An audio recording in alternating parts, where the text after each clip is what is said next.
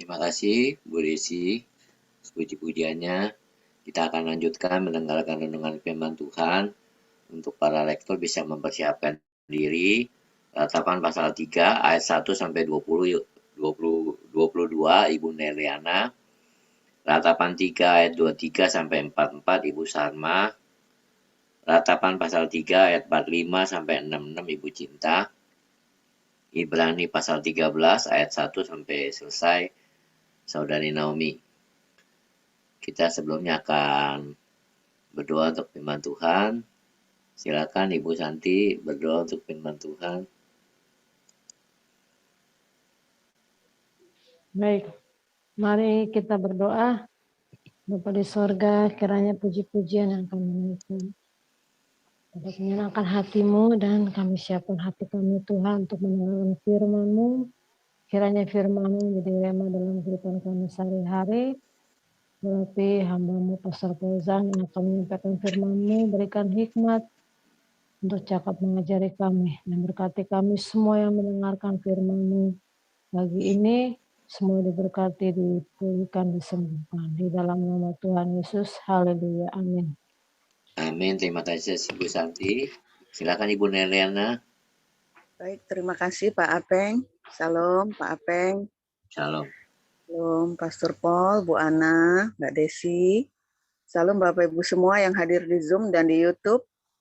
Dan salam untuk saudara kami yang menonton kembali siaran kita hari ini. Puji Tuhan, kembali kita melanjutkan pembacaan firman Tuhan dari kitab Ratapan 3 ayat 1 sampai 66, saya baca sampai 22. Demikian firman Tuhan. Akulah orang yang melihat sengsara disebabkan cambuk murkanya. Ia menghalau dan membawa aku ke dalam kegelapan yang tidak ada terangnya. Sesungguhnya aku dipukulnya berulang-ulang dengan tangannya sepanjang hari. Ia menyusutkan dagingku dan kulitku. Tulang-tulangku dipatahkannya. Ia mendirikan tembok sekelilingku, mengelilingi aku dengan kesedihan dan kesusahan. Ia menempatkan aku di dalam gelap seperti orang yang sudah lama mati. Ia menutup segala jalan keluar bagiku. Ia mengikat aku dengan rantai yang berat. Walaupun aku memanggil-manggil dan berteriak minta tolong, tak didengarkannya doaku. Ia merintangi jalan-jalanku dengan batu pahat dan menjadikannya tidak terlalui. Laksana beruang, ia menghadang aku. Laksana singa dalam tempat persembunyian, ia membelokkan jalan-jalanku, merobek-robek aku, dan membuat aku tertegun. Ia membidikkan panahnya, menjadikan aku sasaran anak panah. Ia menyusupkan ke dalam hatiku segala anak panah dari tabungnya. Aku menjadi tertawaan bagi segenap bangsaku, menjadi lagu ejekan mereka sepanjang hari. Ia mengenyangkan aku dengan kepahitan, memberi aku minum ipuh. Ia meremukkan gigi-gigiku dengan memberi aku makan kerikil. Ia menekan aku ke dalam debu. Engkau menceraikan nyawaku dari kesejahteraan. Aku lupa akan kebahagiaan. Sangkaku, hilang lenyaplah kemasyuranku dan harapanku kepada Tuhan. Ingatlah akan sengsaraku dan pengembaraanku, akan ipuh dan racun itu. Jiwaku selalu teringat akan hal itu dan tertekan dalam diriku. Tetapi hal-hal inilah yang kuperhatikan. Oleh sebab itu aku akan berharap. tak berkesudahan kasih setia Tuhan, tak habis-habisnya rahmat-Nya. Ya, silakan Bu Salma melanjutkan.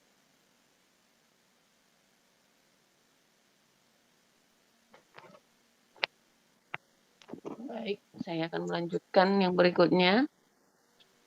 Selalu baru tiap pagi, besar kesetiaan-Mu. Tuhan adalah bagianku, kata jiwaku. Oleh sebab itu aku berharap kepadanya. Tuhan adalah baik bagi orang yang berharap kepadanya. Bagi jiwa yang mencari Dia. Adalah baik menanti dengan diam pertolongan Tuhan.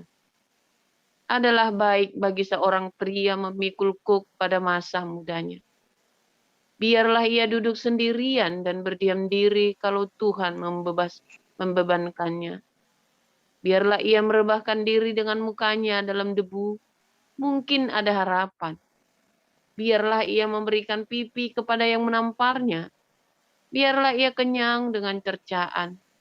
Karena tidak untuk selama-lamanya Tuhan mengucilkan. Karena walau ia mendatangkan susah, ia juga menyayangi menurut kebesaran kasih setianya. Karena tidak dengan rela hati ia menindas dan merisaukan anak-anak manusia. Kalau dipijak-pijak dengan kaki tawanan-tawanan di dunia, kalau hak orang dibelokkan di hadapan yang maha tinggi, atau orang diperlakukan tidak adil dalam perkaranya, masakan Tuhan tidak melihatnya? Siapa berfirman, maka semuanya jadi. Bukankah Tuhan yang memerintahkannya? Bukankah dari mulut yang maha tinggi keluar apa yang buruk dan apa yang baik? Mengapa orang hidup mengeluh? Biarlah setiap orang mengeluh tentang dosanya. Marilah kita menyelidiki dan memeriksa hidup kita dan berpaling kepada Tuhan.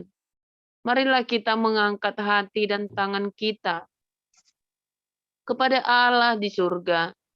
Kami telah mendurhaka dan memberontak. Engkau tidak mengampuni. Engkau menyelubungi dirimu dengan murka, mengejar kami dan membunuh kami tanpa belas kasihan. Engkau menyelubungi. Baik. Oh, sorry. Ya, sampai 44, sorry. Sampai 44. Engkau menyelubungi dirimu dengan awan, sehingga doa tak dapat menembus. Ya, silakan lanjutkan Bu Cinta. Baik, saya lanjutkan. Pasal ayat 45. Kau jadikan kotor dan keji di antara bangsa-bangsa. Terhadap kami semua, seteru kami mengangakan mulutnya. Kejut dan jerat menimpa kami, kemusnahan dan kehancuran. Air mataku mengalir bagaikan batang air, karena keruntuhan putri bangsaku. Air mataku terus-menerus bercucuran dengan tak henti-hentinya. Sampai Tuhan memandang dari atas dan melihat dari sorga. Mataku terasa pedih oleh sebab keadaan putri-putri kotaku. Seperti burung aku diburu-buru oleh mereka yang menjadi seteruku tanpa sebab. Mereka melemparkan aku hidup-hidup dalam lubang, melontari aku dengan batu. Air membanjir di atas kepalaku. Kusangka binasa aku. Ya Tuhan, aku memanggil namamu dari dasar lubang yang dalam. Engkau mendengar suaraku.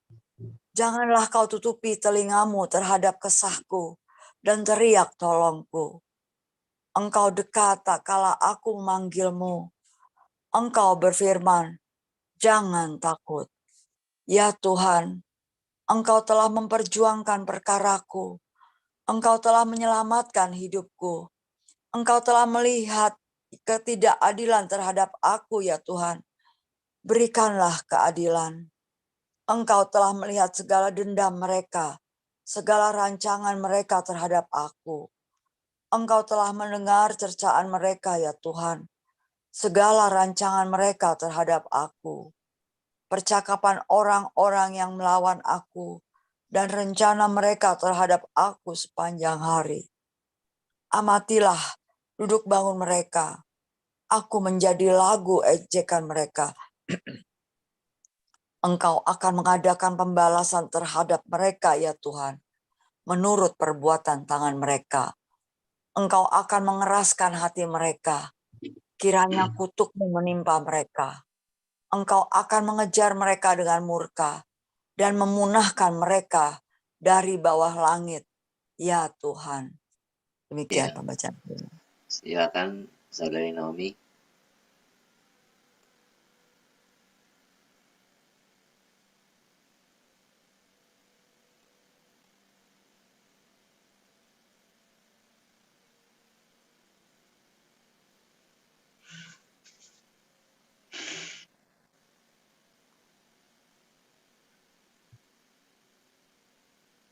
Nah, kadang-kadang suaranya Saudari Naomi.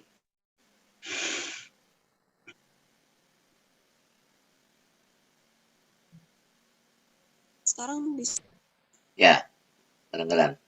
terdengar? Ya, siap. Peliharalah kasih persaudaraan. Janganlah kamu lupa memberi tumpangan kepada orang, sebab dengan berbuat demikian, beberapa orang dengan tidak diketahuinya telah menjamu malaikat-malaikat. Ingatlah akan orang-orang hukuman, karena kamu sendiri juga adalah orang-orang hukuman. Dan ingatlah akan orang-orang yang diperlakukan sewenang-wenang, karena kamu sendiri juga masih hidup di dunia ini. Hendaklah kamu semua penuh hormat terhadap perkawinan, dan janganlah kamu mencemarkan tempat tidur, sebab orang-orang sundal dan pezina akan dihakimi Allah. Janganlah kamu menjadi hamba uang, dan cukupkanlah dirimu dengan apa yang ada padamu, karena Allah telah berfirman, Aku sekali-kali tidak akan membiarkan engkau, dan aku sekali-kali tidak akan meninggalkan engkau. Sebab itu dengan yakin kita dapat berkata, Tuhan adalah penolongku, aku tidak akan takut. Apakah yang dapat dilakukan manusia terhadap aku? Lihatlah, ingatlah akan pemimpin-pemimpin kamu yang telah menyampaikan firman Allah kepadamu. Perhatikanlah akhir hidup mereka dan contohlah imam mereka. Yesus Kristus tetap sama, baik kemarin maupun hari ini dan sampai selama-lamanya. Janganlah kamu disesatkan oleh berbagai-bagai ajaran asing, sebab yang baik ialah bahwa hati kamu diperkuat dengan kasih karunia dan bukan dengan pelbagai makanan yang tidak memberi faedah kepada mereka yang menuruti aturan-aturan makanan macam itu. Ketika mempunyai suatu mezbah dan orang-orang yang melayani kemah tidak boleh makan dari apa yang di dalamnya, karena tubuh binatang-binatang dan darahnya dibawa masuk ke tempat kudus oleh imam besar sebagai korban penghapus dosa. Dibakar di luar perkemahan. Itu jugalah sebabnya Yesus telah menderita di luar pintu gerbang untuk menguduskan umatnya dengan darahnya sendiri. Karena itu, marilah kita pergi kepadanya di luar perkemahan dan menanggung kehinaannya. Sebab di sini kita tidak mempunyai tempat tinggal yang tetap. Kita mencari kota yang akan datang. Sebab itu, marilah kita oleh Dia senantiasa mempersembahkan korban syukur kepada Allah, yaitu ucapan bibir yang memuliakan namanya. Dan janganlah kamu lupa berbuat baik dan memberi bantuan, sebab korban-korban yang demikianlah yang berkenan kepada Allah. Taatilah pemimpin-pemimpinmu dan tunduklah kepada mereka, sebab mereka berjaga-jaga di atas jiwamu, sebagai orang-orang yang harus bertanggung jawab atasnya. Dengan jalan itu, mereka akan melakukan dengan gembira, bukan dengan keluh kesah, sebab hal itu tidak akan membawa keuntungan bagimu. Berdoalah terus untuk kami, sebab kami yakin bahwa hati nurani kami adalah baik, karena di dalam segala hal kami menginginkan suatu hidup yang baik. Dan secara khusus aku menasihatkan kamu, agar kamu melakukannya supaya aku lebih lekas dikembalikan kepada kamu.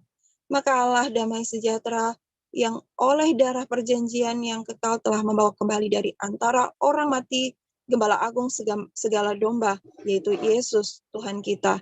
Kiranya memperlengkapi kamu dengan segala yang baik untuk melakukan kehendak-Nya dan mengerjakan di dalam kita apa yang berkenan kepadanya oleh Yesus Kristus.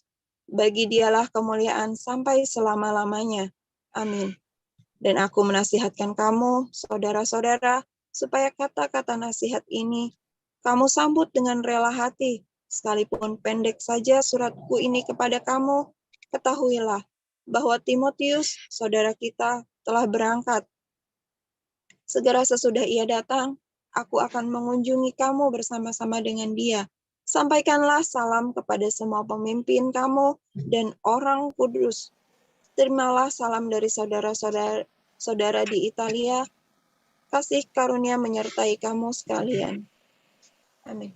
Ya, terima kasih untuk para lektor, Ibu Neliana, Ibu Salma, Ibu Cinta, dan Saudari Naomi. Kita akan mendengarkan renungan firman Tuhan dengan judul Dihajar namun tidak ditinggalkan. Silakan Pastor Paul. Ya, haleluya, luar biasa. Minta tolong di spotlight bisa? Minta tolong di spotlight N26 ya. Terima kasih Pak HW. Luar biasa saudara ya. Dihajar tapi tak ditinggalkan. Ya. Saudara, kalau saudara bikin salah, ya, kalau saudara sudah lahir baru atau sudah menjadi seorang Kristen, bukan beragama Kristen ya, tapi lahir baru menjadi pengikut Kristus sejati. Kemudian Anda bikin salah. Orang kalau kita sudah ngerti salah, bikin salah, saudara ya, wah itu saudara akan diajari 2 kali lipat, saudara. Ya, mengapa? Supaya Anda jangan nanggung di neraka, nanggungnya di sini. Ya, misalnya nih sampai sudah kejadian bikin masalah nih, misalnya apa? Berzina misalnya ya. Kalau orang lain berzina mungkin nggak apa-apa, saudara. Kalau Anda berzina, sialnya 2 kali lipat, 3 kali lipat, 5 kali lipat, saudara. Anda curang, ya dagang curang. Sialnya berkali lipat karena Anda sudah tahu kebenaran. Kalau Anda memfitnah orang, nggak sengaja ya memfitnah orang, sama saudara, berkali lipat saudara. Kalau kamu sudah tahu kebenaran, ya minggu lalu kita sudah belajar ya, kamu sudah tahu kebenaran tapi kamu sengaja, ya, kamu dihajar berkali lipat karena orang yang tahu banyak akan dituntut banyak. Namun ketika Anda lagi dihajar, jangan mutung saudara ya. Jangan mutung, jangan ngambek, jangan merasa ditinggalkan oleh Tuhan. Ingat selalu, tidak pernah sekalipun Tuhan meninggalkanmu, tetapi ya, dia memang sedang membiarkan kamu dihajar oleh iblis, saudara. Serahkan pada iblis, supaya kamu selamat.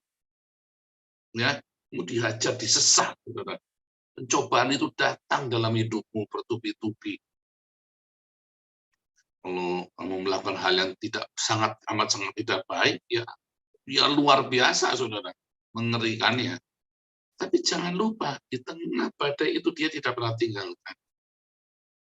Sebab apa yang terjadi, ya, di tengah-tengah pencobaan, di tengah-tengah hajaran Tuhan itu, sebenarnya kamu sedang dibentuk. Apapun yang terjadi dalam hidupmu adalah untuk menyempurnakan hidupmu, saudara. Apapun, sekalipun kamu harus masuk lembaga kekelaman yang paling kelam dalam hidupmu karena perbuatanmu sendiri, jangan takut, saudara. Yang penting pertobatan itu, yang penting kamu sungguh-sungguh bertobat dan jangan coba-coba. Anda buang waktu, saudara. Saya buang waktu muter-muter, ya, muter-muter itu ya. Pertama gara-gara saya nggak nurut, Tuhan suruh saya ke Vietnam, saudara. Tahun 2000 ya, Tuhan suruh saya ke Vietnam. Yayasan dulu dibakar. Nah, saya bingung, saudara, karena waktu itu kurang pengalaman. Padahal ada beberapa orang akhirnya ngulurin tangan buat saya, tetapi karena hati itu sudah goyah. Akhirnya Tuhan bawa saya muter belok, saudara. Destiny dalam hidup saya belok. Ya. Dan saya mengalami yang namanya roller coaster kehidupan, pasang surut kehidupan yang luar biasa sekali. Tetapi memang saya melihat, ya, jangan berandai-andai, andai saya di Vietnam, andai saya di enggak. Pokoknya hari itu saya harus alami, dan itu adalah pemurnian hati saya. Hati saya dimurnikan, ya. Tuhan murnikan hati saya sedemikian rupa. Dari trauma-trauma masa lalu, ya, dimurnikan semua, dibongkar semua, saudara. Yang saya sendiri nggak menyadari, bahkan semua kebusukan-busukan yang saya sendiri tidak menyadari, Tuhan bongkar semua, ya, sampai akhirnya saya melihat bisa sampai, saudara, kalau Anda punya sumur, ya, sumur itu keruh, Anda kan nggak bisa ngeliat dasarnya, ya kan? Kecuali apa? Kecuali sumur itu terus dikuras terus, saudara. Bongkar terus, buang terus, saudara. Ya kan? Sumur itu terus dipakai terus airnya, saudara. Maka nanti tiba-tiba lumpurnya itu jadi padat di bawah, ya, bahkan mungkin lumpur-lumpur yang ringan itu naik, saudara, ikut kebuang sama airnya, tinggal tersisa yang berat, yang tidak akan naik sekalipun ada timba, sampai itu jadi bening. Kalau sudah bening, Anda bisa melihat dasar itu apa. Nah, itulah kita, saudara. Ketika kita hatinya nggak beres, ada sesuatu yang nggak beres, Tuhan izinkan, ya, kita masuk di dalam berbagai hal yang tidak baik. Itu apa? Bongkar terus, saudara. Sampai bersih hati ini. Sampai Anda bisa melihat relung hatimu yang paling dalam. Kamu sendiri yang tadinya tidak mengenal dirimu, akhirnya kamu mengenal isi hatimu sendiri, saudara. Kita mengerti apa yang di dalam hati kita. Itu istimewa, saudara, kalau Anda berbahagialah Anda yang sedang mengalaminya. Apa yang Anda butuhkan di saat itu? Anda melekat erat sama Tuhan. Ya, adalah baik jika seorang muda memberikan, apa, saudara, ini ditampar, memikul kuk. Nggak apa-apa, saudara. Jangan gengsi. Jangan malu. Ya, saya tahu memang malu. Anda bangkrut, ya saya malu. Anda konangan berzina, malu, iya saya tahu malu. Anda kadang mengalami hal yang buruk, ya, kolaps, atau Anda mungkin di penjara, malu, iya saya tahu. Semua hal-hal yang memalukan itu saya mengerti, saudara. Tetapi ketika Anda terus melekat sama Tuhan dengan satu kesadaran, ya, hari ini semua yang buruk-buruk dalam hidup saya di masa lalu selalu untuk mengingatkan saya supaya saya jangan sombong. Pencapaian saya hari ini, ya, bukan karena saya hebat, ya, dan itu semua baik buat saya. Apapun itu baik, bukan klise, saudara, ya, bukan klise. Saya tadi sore kuliah bagus sekali, ya, tadi sore belajar tentang satu kelompok Yahudi kuno namanya Hasidik, ya. Hasidisme sudah hampir punah, tapi kemudian tiba-tiba bangkit lagi di abad ke-20 ini. Punah gara-gara genosida, ya, karena itu gerakan Hasidik itu ada seperti gerakan evangelikal, gerakan Pentakosta karismatik, saudara, ya. Tapi bagi orang Yahudi, mereka ada kebangunan rohani, ada semangat kesalehan yang luar biasa, kejujuran, ketulusan hati menjauhi semua dosa, dan bahkan ada yang trans gitu, ya, yang trans yang karunia-karunia kesembuhan, pembuatan, ada situ, saudara, ya. Dan itu punah gara-gara di genosida sama Hitler, kan, sama Gestapo yang di Jerman, ya, sama yang di Polandia, saudara. Habis itu, ya, gerakan itu. Tapi kemudian tiba-tiba di Israel muncul lagi, saudara, ya. Nah, Lalu saya nanya sama si Rabai Yahudi, waktu orang Israel muter-muter 40 tahun di padang gurun, luar biasa beratnya. Waktu orang Israel ini, orang Yahudi ini di genosida, Holocaust, apa yang kalian pikirkan? Setelah ini, setelah itu apa yang kamu pikirkan?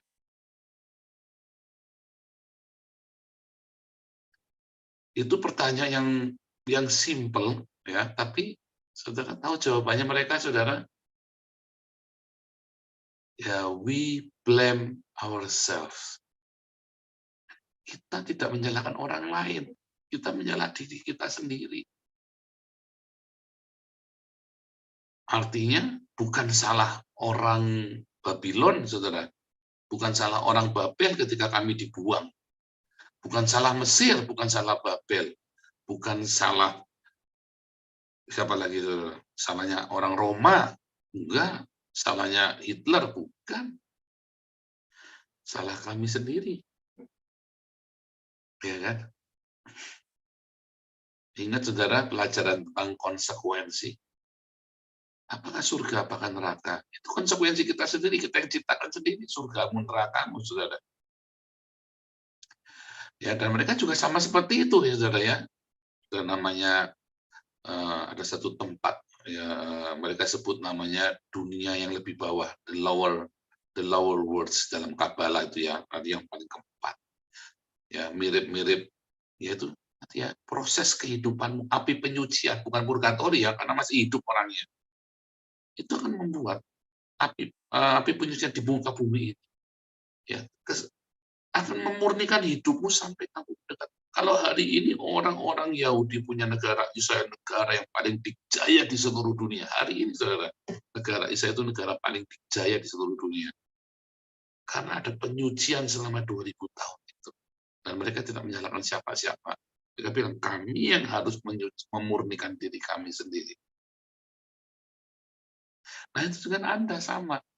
Kalau kita sedang mengalami satu masalah-masalah, pencobaan, Anda jangan pernah salahkan orang lain. Karena semua itu bukan karena orang lain, itu karena Anda sendiri yang bikin.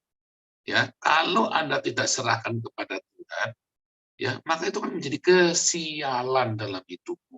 Ciong, apes. Tapi kalau kamu menyerahkannya pada Tuhan, akan menjadi apa, saudara? Roma 8 ayat 28, Yeremia 29 ayat 11. Rancangan Tuhan itu baik. Tuhan turut bekerja dalam segala sesuatu dalam hidupmu. Jangan takut, saudara. Sekalipun dalam 1, 2 tahun, bahkan 4 tahun ini Anda habis-habisan, kelihatannya tiada harapan. Jangan takut.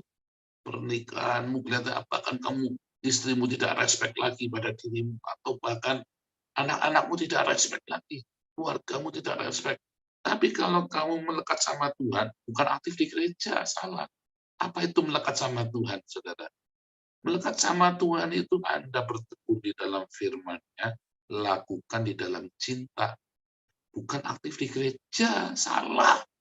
Orang kalau sudah nggak direspek sama keluarganya gara-gara nggak punya kerjaan, malah aktif di gereja. Bodoh, salah. Ya, Anda harus kerja, cari kerjaan.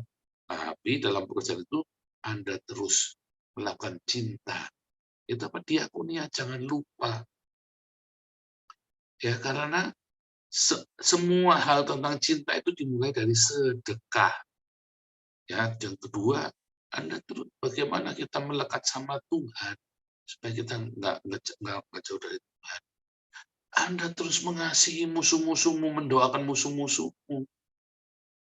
Itu namanya mengasihi Tuhan, melekat sama Tuhan.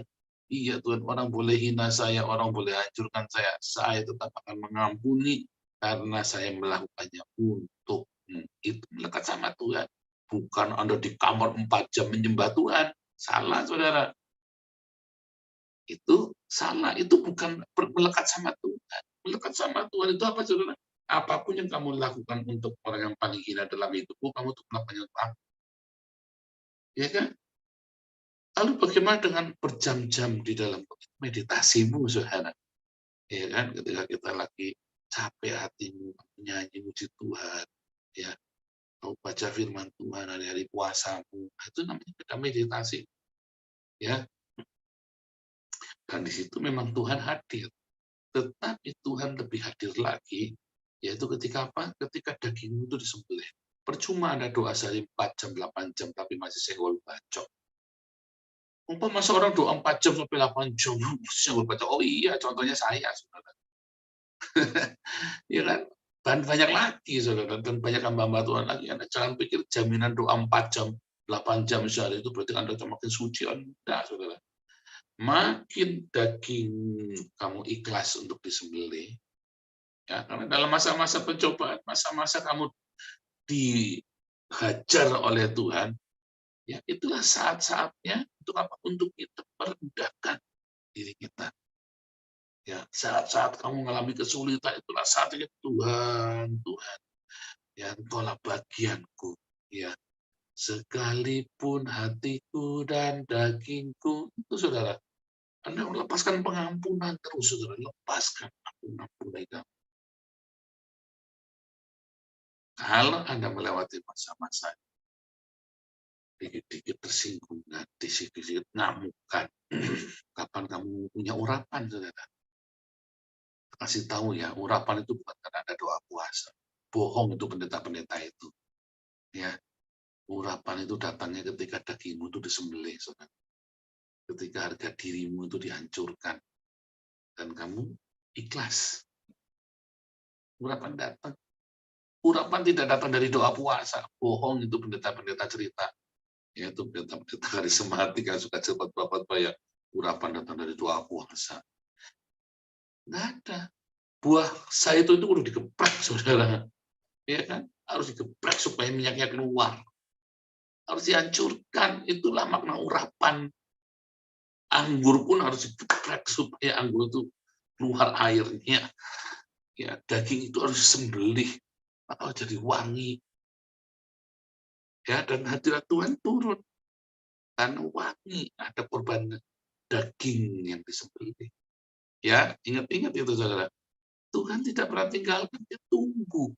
Dia tunggu, jangan khawatir. Dalam masa-masa proses itu, kalau kamu bandel ya bisa 4 tahun, 8 tahun, 12 tahun. Kalau kamu tidak bandel, kamu nurut, ya cepet-cepet kayak saya, sudah jangan bandel. Ya, paling 2 tahun, paling lama 4 tahun selesai. Sama pemulihan yang 4 tahun ya. Kalau ada bandel 4 tahun, ulangin lagi 8 tahun, mampus lah. Jangan bandel, ya, jangan bandel. Tuhan itu ada di situ, dia tunggu. Responmu sampai benar ditungguin, ya ditungguin, saudara. Jangan bilang Tuhan tidak ada, jangan bilang Tuhan. Dia tidak akan tinggalkanmu, saudara. Sekalipun kau bandelnya minta ampun, selama kau bertobat dan di dalam masa-masa tadi ya api penyucian itu, dia tunggu, saudara, dengan setia. Karena dia tidak pernah meninggalkan. Dia setia, jangan takut. Ya, berseru, ya Tuhan, tolong Tuhan. Tuhan, tolong Tuhan. Makanya jangan mempermainkan nama Tuhan. Jangan sembarangan bercanda sama tentang Tuhan, saudara ya. Mau lucu-lucuanmu apa, jangan bercanda tentang Tuhan. Supaya urapan itu supaya kuasa nama itu ada. Anda panggil nama Yesus, datang pertolongan. Ya, memang Anda harus mengalami banyak hal penderitaan, tetapi jangan khawatir, nama itu tetap berkuasa. Ya, pokoknya sampai hancur dagingmu, sampai hancur harga dirimu. Kalau belum hancur, ya urapan belum mengalir.